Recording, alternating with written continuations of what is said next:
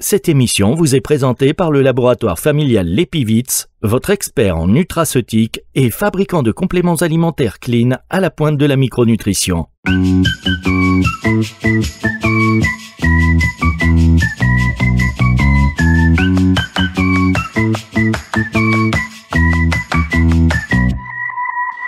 On se dit tout et on passe à table. Sandra Ferreira sur Nutri Radio. Bonjour Sandra. Bonjour Fabrice.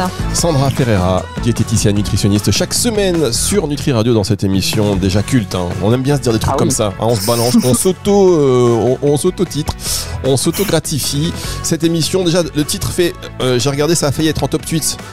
Ah bah voilà. Et bah oui, c'était sûr Fabrice. On a choisi le meilleur titre qui existe. Oui, on se dit tout et on passe à table. Et on va d'ailleurs demander à votre invité de la semaine ce qu'elle en pense. Ce sera une des premières questions. Ah oui, tiens, je lui poserai la question. Eh oui, alors vous avez une invitée cette semaine, c'est Kamela Genze. Bonjour Kamela.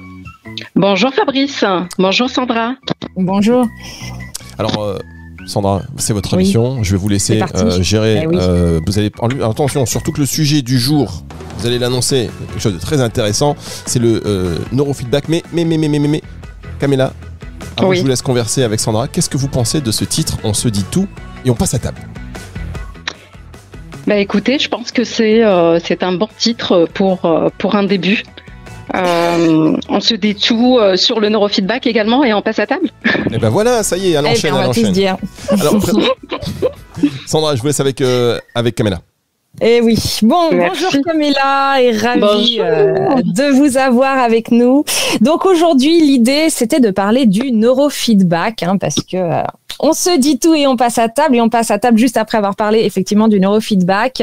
Le neurofeedback, je fais juste un petit point dessus avant de présenter Kamela Genze. Donc le neurofeedback, et vous me direz si vous êtes bien d'accord, est une pratique d'entraînement cérébral par EEG, ce qu'on appelle électroencéphalographie. Alors c'est une méthode qui est non invasive et indolore qui permet d'extraire des informations sur l'activité électrique du cerveau. Vous êtes d'accord Kamela avec ce que je dis pour le moment ? Très bien. Oui. Le premier pas vers le neurofeedback est fait en 1875 quand Richard Catton, qui est un médecin britannique, découvre que les activités mentales sont suivies de fluctuations dans l'activité électrique du cerveau. Et le neurofeedback a commencé à la fin des années 50, début 60, grâce aux travaux du docteur Joe Camilla de l'université de Chicago et du docteur Barry Sterman de l'université de Los Angeles. Est-ce que j'ai tout bon, Kamela Genze ? Très bien résumé. Super. Bon. Eh bien, je suis ravie de vous accueillir dans cette émission parce que c'est très important qu'on parle de ce que c'est le neurofeedback puisque tout le monde ne connaît pas et que moi-même l'ayant testé, je trouvais ça intéressant de faire découvrir aux autres. J'ai une première question, je vais vous laisser parler. J'aimerais connaître votre parcours. Les auditeurs veulent connaître votre parcours. Expliquez-nous comment vous êtes arrivée à être praticienne en neurofeedback. Alors, je vous remercie déjà pour votre invitation, Nutri Radio, Fabrice et Sandra. Et je vais vous expliquer effectivement mon parcours. Donc, mon parcours professionnel a débuté en travaillant en tant que préparatrice en pharmacie. Et ensuite, je me suis orientée, après la naissance de mon premier enfant, vers la petite enfance en tant qu'assistante maternelle pendant 6 ans. C'est auprès de mes enfants que j'ai découvert le neurofeedback. Mon fils ayant des tics moteurs, j'ai commencé à chercher des alternatives au traitement des neuroleptiques et j'ai découvert cet outil vraiment magnifique qui a permis à mon fils de mieux gérer son problème. Et aujourd'hui, c'est un jeune garçon de 13 ans qui se porte merveilleusement bien. Certes, il est quand même sous traitement, mais c'est un traitement qui est beaucoup plus doux que les neuroleptiques. Mais combiné avec des sessions de neurofeedback, il va beaucoup mieux, il arrive à mieux gérer son stress, son anxiété. Donc j'ai découvert le neurofeedback à travers mon fils. Et suite à cela, je me suis formée à la méthode. J'ai ouvert mon cabinet à Voltaire, Paris 11e, et ensuite vraiment passionnée par la méthode et convaincue par le neuro et ses bienfaits. Nous avons ouvert avec mon collègue et moi l'unique centre de bien-être nommé la clinique du neurofeedback, dont je suis la directrice adjointe. Et nous sommes situés au 34 rue Jouvenet dans le 16e. Nous sommes plusieurs neurotraîneurs et nous proposons également d'autres pratiques parallèles et complémentaires au neurofeedback dynamique. Alors, merci pour cette présentation, Kamela. Mais alors là, tout le monde se pose la question vraiment de comment fonctionne le neurofeedback. Il faut tout nous dire, comment ça fonctionne et comment se déroule une séance. Et juste avant, évidemment, pour ménager le suspense, le teasing, on va faire une toute petite pause très rapide. Ça intéresse tout le monde, ce sujet. Vous allez voir que ça va être passionnant. C'est juste après ceci et c'est sur Nutri Radio. Vous recherchez des compléments fiables et efficaces pour optimiser votre nutrition? L'Epivits, laboratoire familial expert en nutraceutique, vous accompagne depuis plus de 30 ans avec des produits Clean Label. Que ce soit pour le boost de performance, la préparation physique ou votre mieux-être, l'Epivits vous propose une gamme de compléments alimentaires éthiques et complètes. L'Epivits, au cœur des micronutriments fonctionnels pour votre santé. Plus d'infos sur lepivits.fr. Pour votre santé, pratiquez une activité physique régulière. On se dit tout et on passe à table. Sandra Ferreira sur Nutri Radio. Quand on dit courte pause, c'est une courte pause. Vous voyez, on est là, de retour dans cette émission. On se dit tout et on passe à table avec Sandra Ferreira qui reçoit Kamela Genze, qui est la directrice de l'unique centre de neurofeedback en France. C'est bien cela? Alors, je suis directrice adjointe, effectivement, de l'unique centre de bien-être, la clinique du neurofeedback. Alors, je vais répondre à votre question, Sandra, comment fonctionne le ANO. Pour nos auditeurs, comment fonctionne le neurofeedback et comment se déroule une séance? Racontez tout. Alors, nous allons voir, d'ailleurs, il y a 2 types de neurofeedback. Donc, il y a le neurofeedback linéaire qui existe depuis, effectivement, les années 70. Donc, le neurofeedback dynamique est né du neurofeedback linéaire. Donc, j'explique un petit peu le linéaire pour qu'on puisse comprendre, en fait, le neurofeedback dynamique. Le linéaire, c'est le neurofeedback thérapeutique, d'accord, qui cible une pathologie. Le neurofeedback dynamique ne cible pas de pathologie. C'est le neurofeedback dynamique neurooptimal qui consiste à travailler sur plusieurs fréquences d'ondes cérébrales simultanément. Et grâce à des capteurs qui mesurent l'activité électrique du cerveau, ces données sont envoyées au logiciel qui les analyse 256 fois par seconde et lorsqu'une variation dans les ondes cérébrales est détectée, le système réagit en envoyant des microcoupures sonores qui invitent le cerveau à s'autoréguler d'une manière globale pour adopter des schémas plus équilibrés. Donc voilà. Et comment se passe une session? Une session de neurofeedback dynamique, c'est qu'on est vraiment bien installé confortablement dans un fauteuil. Je propose, je mets des capteurs donc qui vont venir mesurer l'activité électrique cérébrale. Ça dure à peu près 33 minutes. Donc pendant ces 33 minutes, le cerveau est invité à s'autoréguler pour mieux optimiser son potentiel intellectuel, que ce soit son potentiel physique également. Puisque nous pouvons aussi parler d'une préparation mentale pour les sportifs, pour également les personnes qui se donnent un programme de régime alimentaire également. Donc c'est vraiment une méthode qui est non thérapeutique. C'est une méthode de bien-être qui ne se substitue à aucun traitement. Donc ça, c'est très important de le préciser, oui, que ça ne substitue pas un traitement. Non, pas du tout. Donc, c'est vraiment une méthode qui est naturelle, qui est douce. C'est un entraînement cérébral. Il faut plusieurs sessions pour pouvoir obtenir, on va dire, observer des changements. Justement, on peut évaluer le nombre de séances à l'avance ou c'est vraiment en fonction du patient, je suppose. Est-ce qu'on parle de plutôt de 3 séances, 10 séances, 20 séances? Alors moi, je dirais plutôt minimum 10 séances, mais effectivement, on ne peut pas évaluer de nombre de sessions parce que chaque cerveau est différent, chaque personne est différente. On ne sait pas réellement ce qu'elle a pu traverser dans sa vie, quelles sont les problématiques. Et puis d'ailleurs, on n'a pas forcément besoin d'avoir une problématique pour faire du neurofeedback. Ça, c'est très important de le préciser. C'est-à-dire qu'on vient vous voir avec problématique. Alors, moi, je suis la diététicienne nutritionniste pour une problématique alimentaire type surpoids, obésité, anorexie, certainement boulimie. Le neurofeedback peut aider dans ce type de pathologie? Alors oui, il peut potentiellement aider sur ce type de pathologie. Que ça soit au niveau de l'anorexie, la perte de poids, en agissant en fait sur les schémas d'activité cérébrale qui sont liés à nos comportements alimentaires et à nos émotions. Donc on réduit le stress, l'anxiété, donc ça permet par la suite de réduire en fait les envies impulsives de manger. Donc il y a ça et ça permet à prévenir aussi une suralimentation due à des réponses émotionnelles. en favorisant en fait une meilleure régulation du stress et des émotions. Donc, ça permet également la concentration sur un objectif, peu importe en matière de régime alimentaire ou autre, ou de perte de poids. Donc non, c'est vraiment un outil qui encourage en fait le cerveau à s'autoréguler en lui permettant en fait de modifier certaines habitudes. Ce qui fait quand on modifie certaines habitudes, que ça soit alimentaire ou autre, on crée de nouvelles connexions neuronales et voilà, on poursuit dans cette dynamique puisque plus on s'entraîne, plus on consolide ce que le cerveau a pris en compte.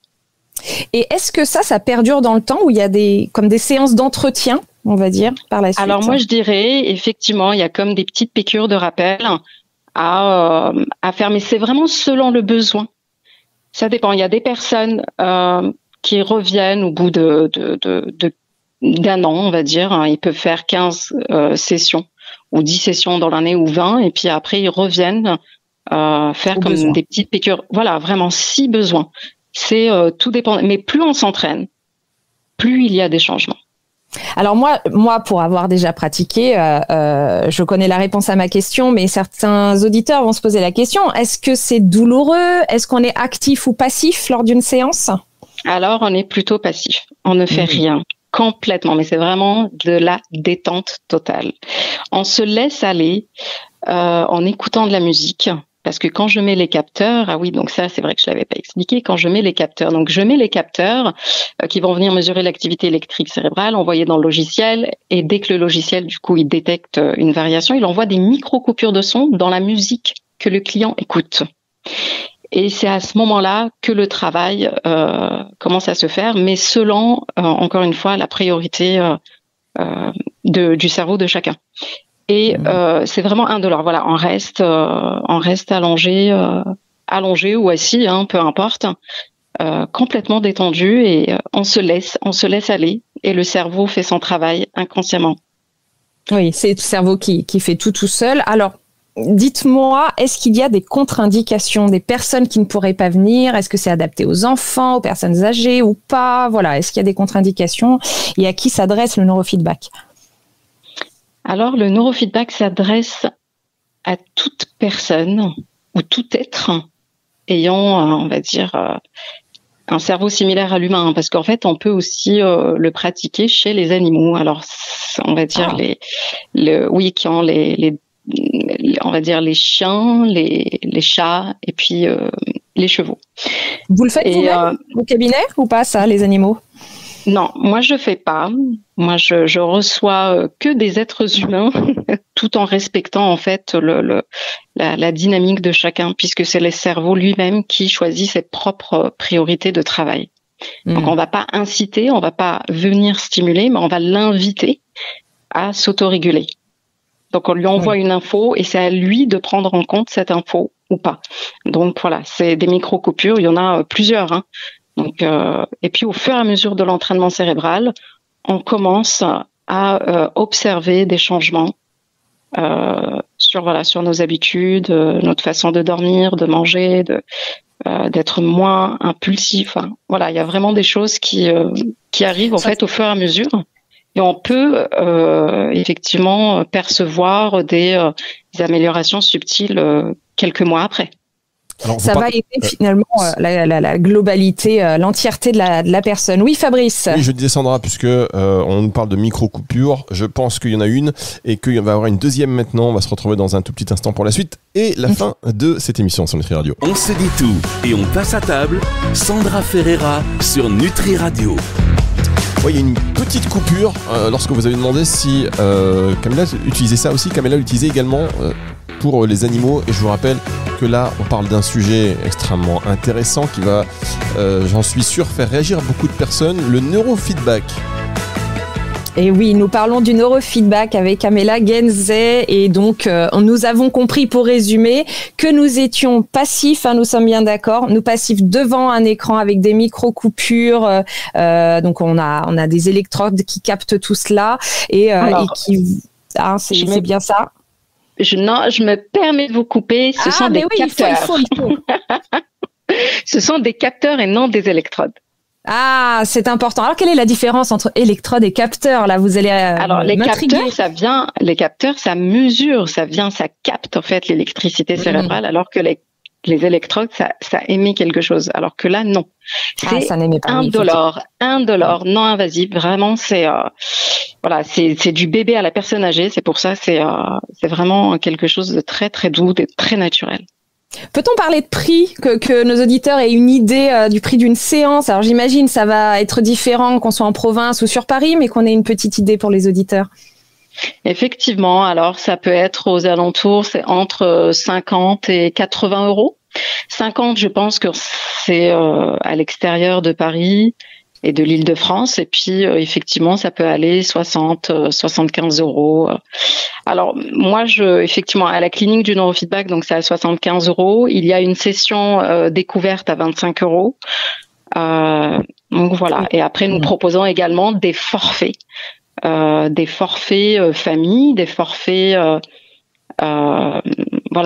qui sont moins chers en tout cas que séance par séance. Donc c'est beaucoup plus intéressant parce qu'on a souvent des familles qui viennent. Donc ça peut être donc quand il y a la maman qui vient pour elle, et puis tout compte fait, elle voit les changements, et puis du coup ça se répercute après sur toute la famille. Il peut exister un remboursement par certaines mutuelles d'ailleurs, comme il peut se passer avec l'ostéopathie ou d'autres spécialités de ce type-là. Vous êtes remboursé? Alors effectivement, il y a certaines mutuelles. C'est une liste. J'ai fait ma petite liste, une liste non exhaustive, mais donc oui, il y a Agrica, Crédit Mutuel, Mutuelle Générale, Swiss Life. Donc on a cette possibilité-là pour les personnes. Oui, il y a cette possibilité effectivement. D'accord. Je voulais revenir sur le neurofeedback et l'épilepsie. J'avais lu une étude qui disait que ça pouvait être bénéfique. Vous confirmez, Kamela? Alors effectivement, le neurofeedback peut être bénéfique pour l'épilepsie, tout ce qui est trouble, on va dire neurologique. Après, encore une fois, tout dépend des personnes. Tout dépend parce qu'il y a plusieurs sortes d'épilepsie, donc c'est vraiment tout dépend des personnes. Est-ce qu'il y a un traitement lourd derrière? Est-ce que au niveau, on va dire, de l'environnement, l'environnement familial, il y a ça aussi qui joue énormément. Finalement, j'étends la question, épilepsie, peut-être même autisme, on parle pas de guérison, bien évidemment, mais d'accompagnement dans tout ça. Exactement. Il n'y a aucune guérison. Ce n'est pas une baguette magique, mais ça va être comme une béquille, une aide supplémentaire qui va venir apporter, on va dire, un bien-être global, qui va permettre du coup, par exemple pour l'épilepsie, de diminuer certaines crises. Ça peut être également pour le syndrome Gilles de la Tourette, puisque j'ai eu aussi des clients. Ça avait atténué, ils avaient tendance à mieux gérer, en tout cas, les tics et les tocs. Pour les enfants ou les personnes qui ont troubles déficit de l'attention, problèmes de concentration, de mémoire, les enfants autistes également. Ça peut être. Alors c'est très large. Je pourrais dire. Finalement, c'est on a vraiment tous très besoin très large. d'aller faire une séance de neurofeedback. On pourrait résumer ça comme ça. On pourrait résumer comme on pourrait même dire c'est le yoga cérébral. D'accord, c'est un très très beau résumé. Pour finir, j'avais une question. J'entends parler de neurofeedback, mais aussi de biofeedback. Quelle est la différence? Alors, le c'est pareil. Oui. Après, il y a plusieurs sortes effectivement de neurofeedback, ou on appelle biofeedback. Mais là, on reste vraiment sur le neurofeedback. C'est quelque chose comparé au biofeedback. On va dire que c'est vraiment issu d'une neurotechnologie poussée. Donc, c'est quelque chose, des neurosciences. Le biofeedback, j'en ai déjà entendu parler, et pour moi, ça reste très, très, on va dire. Pas très vaste, mais oui, ça peut être vaste pour moi. C'est pas quelque chose de plus performant, je dirais. Bon, je crois qu'on sait tout du neurofeedback, à part que maintenant il faut essayer pour vraiment voir à quoi ça sert. Merci beaucoup Kamela Genzé pour tout ça. Je laisse l'antenne à Fabrice. Oui. Moi, je suis suspendu à vos lèvres et qui a tout appris aujourd'hui sur le neurofeedback. Oui, non, parce que figurez-vous que je suis extrêmement concerné aussi parce que vous avez parlé de vous avez appris ça et vous l'avez découvert avec votre enfant. Oui. C'est vrai que les enfants ils sont de plus en plus angoissés. Moi, pareil, j'en ai un qui est assez angoissé, etc. Et donc, je veux bien en antenne qu'on rediscute un petit peu, peut-être. Et, bien sûr, avec plaisir. Oui, parce qu'on ne sait pas comment faire, on n'a pas envie de les abreuver de médicaments. Et d'ailleurs, j'en profite pour rappeler que, voilà, comme vous l'avez dit justement à plusieurs reprises, toutes ces informations ne se substituent pas à un avis médical, mais à un traitement. Donc, consultez votre médecin, mais en tous les cas, si on peut découvrir de nouvelles choses qui peuvent faire du bien et permettre à nous-mêmes et à nos enfants d'aller mieux et de mieux gérer leurs angoisses, eh bien, c'est toujours bon à découvrir. Merci beaucoup, mesdames. Merci, Sandra. On va se retrouver la semaine prochaine. Merci. À la semaine prochaine. Merci, Kamela Genzé. C'est une émission que vous allez pouvoir retrouver en podcast à partir de dimanche. Si vous venez un instant de nous rejoindre, c'est déjà fini. Mais à partir de dimanche 18h, vous la retrouvez dans son intégralité sur nutriradio.fr dans la partie médias et podcast et sur toutes les plateformes de streaming audio. C'est le retour de la musique tout de suite sur Nutri Radio. On se dit tout et on passe à table. Sandra Ferreira sur Nutri Radio.